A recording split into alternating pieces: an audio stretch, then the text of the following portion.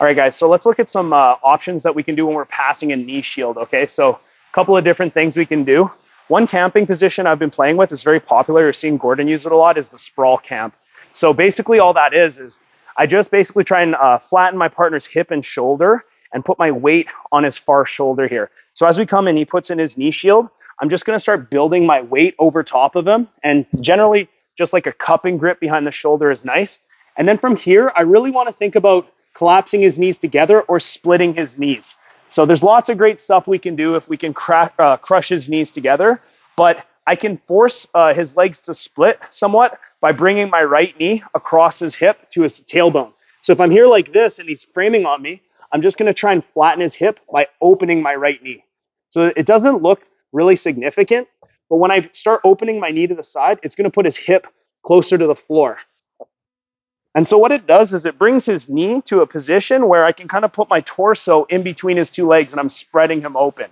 From this position, I just stay connected and I try and keep my weight over Adam, and I monitor what he does next. So if he starts framing on me like this, I can often bring my knee inside and move into half guard passing.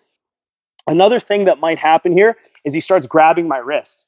Yeah, and when he grabs my wrist, this can be kind of bad because he can bring his knee back to the inside. So as he starts to recover, I don't even need to break this grip. I can just push that knee in, and again, I'm going into chest to chest passing.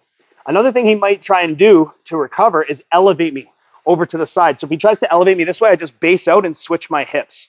Okay, and now when he tries to go underneath me, I'm based and I'm in a very strong position to start getting back inside his hip, walking his hips flat.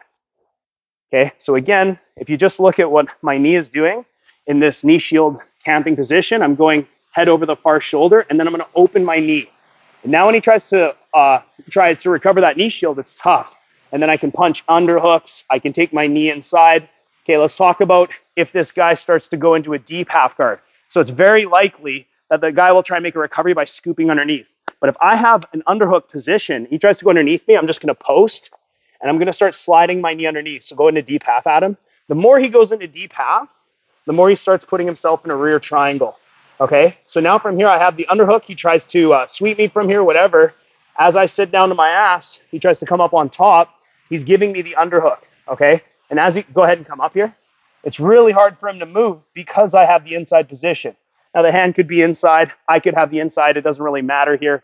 I can extract my leg. And if he tries to come up on top, go ahead. As he comes up, if I extract my leg, look, now he's caught in an Ushiro Senkaku, right?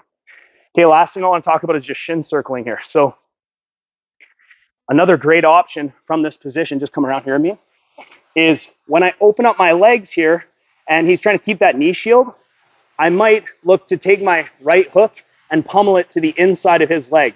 And now we have a couple of different options from here. One great option is just to lift my knee up and put it inside his hip. Again, I don't need to pass right away. I can just lean on him.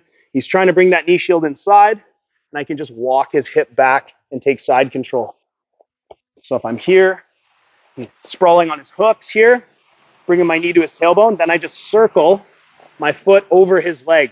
And now I can stab my knee to the floor and start looking to pass. Another option of mine is to enter this leg shelf position. So if I'm here and I shin circle on top, now I'm going to circle my other foot on top and open my knees wide. From this leg shelf position, if my head is too high, he can bring his knee in front and off balance me and recover. So it's really important that when you get to this position, that we start bringing our weight over that far shoulder and dropping our head down so my body is inside his knee.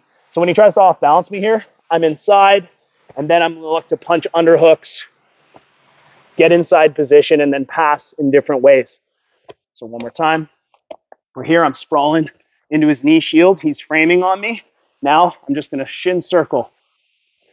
Now from here, I pummel my other foot inside, and I walk him flat into this reverse leg drag position, and now it's going to be easy to start pummeling and passing. So those are some options from the knee shield.